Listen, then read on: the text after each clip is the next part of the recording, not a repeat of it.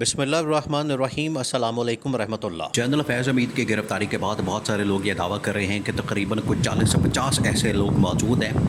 جو کہ ہو سکتا ہے کہ ریٹائر فوجی افسران ہوں یا پھر سول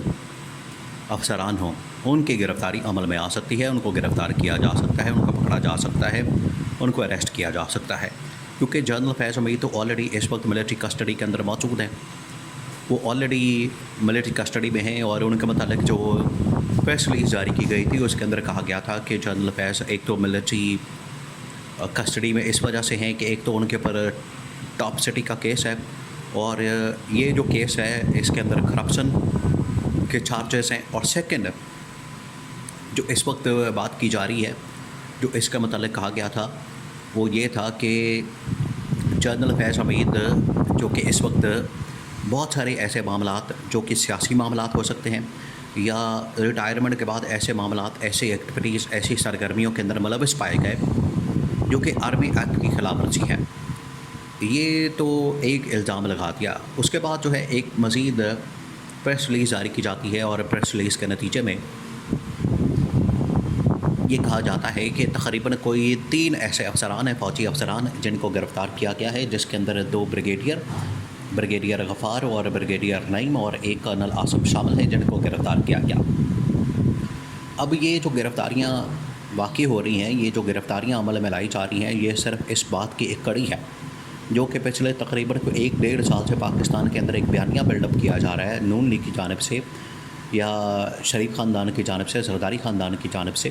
کہ پاکستان میں جو 9 مئی کا واقعہ ہوا ہے یہ اصل میں ایک ملٹری کو تھا، یعنی ایک ملٹری کے اندر بغاوت تھی، اور شہباز شریف یہ بات آن ریکارڈ یہ کر چکے ہیں کہ یہ اصل میں جنرل عاصم کے خلاف بغاوت تھی۔ جنرل عاصم کے خلاف بغاوت اس وجہ سے تھی کہ جنرل عاصم نے چارج سنبھالا تھا، جنرل عاصم نے بطور آرمی چیف جیسے چارج سنبھالا تو ان سے متعلق بہت سارے معاملات، بہت سارے واقعات، بہت ساری چیزیں رپورٹ ہوئیں جب ان کی تعیناتی ہو رہی تھی، جو کہ آج کل دوبارہ سے ڈسکس ہو رہی ہیں وہ تمام باتیں اور چیزیں اور تمام واقعات۔ لیکن یہ جو اس کے متعلق ایک پورا بیانیہ بنایا جا رہا تھا 9 مئی کے متعلق، لیکن 9 مئی کو نون لیگ ایک خاص مقصد کے لیے استعمال کرتی ہے۔ 9 مئی کا جب واقعہ ہوا تھا تو اس رات کو نواز شریف نے اس وقت کی جو ٹاپ لیڈرشپ ہے نون لیگ کی، جس کے اندر رانا ثناء اللہ، جس کے اندر سردار ریاض صادق، پرویز رشید، شہباز شریف، مریم نواز، یہ تمام لوگ موجود تھے، اور نواز شریف نے اس موقع پر کہا تھا کہ 9 مئی کا واقعہ ایک ایسا واقعہ ہے جس کو اب ہم نے کیپچر کرنا ہے، اور اس کی آڑ میں ہم عمران خان کو فکس کر سکتے ہیں، عمران خان کو ہم اس سے وہ انتقام لے سکتے ہیں، یا عمران خان کو اب ٹانگا جا سکتا ہے، فارغ کیا جا سکتا ہے، اور عمران خان کو اس کے ذریعے سے فارغ کیا جا سکتا ہے۔ یہ اس وقت نواز شریف نے کہا تھا، اور عمران خان ابھی جیل کے اندر نہیں تھا، عمران خان ابھی باہر پھر رہا تھا۔ تو یہ 9 مئی اصل میں پیچھے آپ کو نظر آتا ہے، اسی وجہ سے تو عمران خان بار بار جیل سے یہ ڈیمانڈ کرتا ہے، یا اس دن سے یہ ڈیمانڈ کرتا ہے جب سے عمران خان کے اوپر 9 مئی کے مقدمات ہوئی، یا 9 مئی کا مقدمہ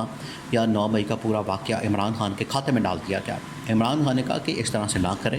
میرے کھاتے کے اندر یہ پورا کا پورا مقدمہ نہ ڈالیں، میری پارٹی کے اوپر آپ یہ پورا کا پورا مقدمہ نہ ڈالیں، اور اس کی آڑ میں جو آپ میرے خلاف کریک ڈاؤن کر رہے ہیں، میری پارٹی کے خلاف، کارکن کے خلاف، سپورٹرز کے خلاف، ورکرز کے خلاف، اور پوری لیڈرشپ کے خلاف جو کریک ڈاؤن کیا گیا ہے، اس کو مت کریں۔ اور اگر آپ چاہتے ہیں، عمران خان نے تو ابھی چند دن پہلے، کوئی ہفتہ 10 دن پہلے اس کے بارے میں بڑا کلیئر پیغام دیا۔ عمران خان نے کہا کہ چلیں، آپ لوگ کہتے ہیں کہ معافی مانگیں، کیونکہ DGSPR بار بار یہ بات کر رہے تھے کہ آپ معافی مانگیں اس معاملے پر جو کہ 9 مئی کا واقعہ ہوا۔ عمران خان نے کہا ٹھیک ہے، میں معافی مانگنے کو تیار ہوں، لیکن پہلے آپ ثابت تو کریں، آپ پہلے اس کے ثبوت تو دیں، آپ پہلے اس کے ایویڈنس دیں، شواہد دیں، آپ اس کو پہلے ثابت تو کر دیں۔ ثابت کیسے ہوگا؟ ثابت ہوگا یا تو جوڈیشل کمیشن کے تھرو ایک انکوائری ہوگی، بعد میں اس کو عدالت کے اندر ٹرائل کیا جائے گا، پروسیس یہ ہے۔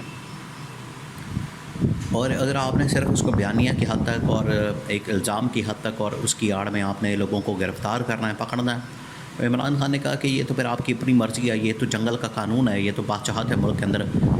یزیدیت ہے، ملوکیت ہے، بربریت ہے، لیکن اگر آپ نے قانون کے مطابق چلنا ہے، آئین کے مطابق چلنا ہے، انصاف کے مطابق آپ نے کٹہرے میں لوگوں کو کھڑا کرنا ہے، تو اس کے لیے آپ کو کیا کرنا ہوگا کہ پہلے آپ جوڈیشل کمیشن بنائیں، اس کی انکوائری کریں، پھر اس کے بعد اس کو لے کر جائیں آپ عدالتوں کے اندر، وہاں پر یہ ثابت ہو جاتا ہے تو میں خود معافی مانگوں گا، اور میں اپنے تمام ورکر سپورٹرز جو بھی اس میں ملوث پائے جائیں گے میں ان کو پارٹی سے نکال دوں گا، ان سے اعلان برات کر دوں گا، ان سے علیحدگی کا اعلان کر دوں گا۔ یہ عمران خان نے بذات خود کہا، لیکن اس کے باوجود یہ بیانیہ بنایا جاتا ہے۔ اب جنرل فیض حمید کو گرفتار کر کے پہلے تو یہ کہا جا رہا تھا کہ ایک پریس ریلیز آئی تو اس کے اندر یہ کلیئر نہیں تھا، اس کو واضح نہیں کیا گیا تھا کہ اگر ٹاپ سٹی کیس کے اندر پکڑا گیا ہے، اور دوسرا جو اس کا پیراگراف ہے جس میں جنرل فیض کو پکڑا گیا کہ وہ کیا کہتا ہے، اس کے اندر کیا بات ہو رہی ہے کہ ایسے معاملات ہیں، ایسی چیزیں ہیں 9 مئی کے حوالے سے، یا ایسے معاملات ہیں، ایسی سرگرمیاں ہیں جو کہ جنرل فیض نے ریٹائرمنٹ کے بعد کی ہیں، جس کی وجہ سے آرمی ایکٹ کی خلاف ورزی ہوئی ہے، تو وہ کون سے ہیں؟ پہلے تو اس کے اوپر شکوک و شبہات کا اظہار کیا جا رہا تھا اور بہت سارے لوگ باتیں کر رہے تھے، لیکن اب اس کو کنفرم کیا گیا ہے کہ سیاسی گٹھ جوڑ اور سیاسی ساز باز یا سیاسی سرگرمیاں صرف اتنی بات کی گئی ہے، ابھی اس کے اندر کوئی اور چیز مینشن نہیں کی گئی، تو اس کی آڑ میں یہ 3 مزید گرفتاریاں ڈالی گئی ہیں، جو 2 بریگیڈیئر اور 1 کرنل ہے، 2 بریگیڈیئر غفار، بریگیڈیئر نعیم اور 1 کرنل عاصم، ان کو گرفتار کیا گیا ہے، ان کو پکڑا گیا ہے۔ تو یہ تو اب چیزیں نظر آنا شروع ہو گئی ہیں کہ آخرکار معاملات اس طرف جا رہے ہیں، اور یہ فالو اپ کے اندر مزید گرفتاریاں ہوں گی۔ ابھی اس ہفتے تو پہلی گرفتاری جنرل فیض کی ہوئی، اب 3 مزید، اور اگلے ہفتے میں کچھ مزید گرفتاریاں ہو سکتی ہیں، اور یہ تعداد جو ہے 50 سے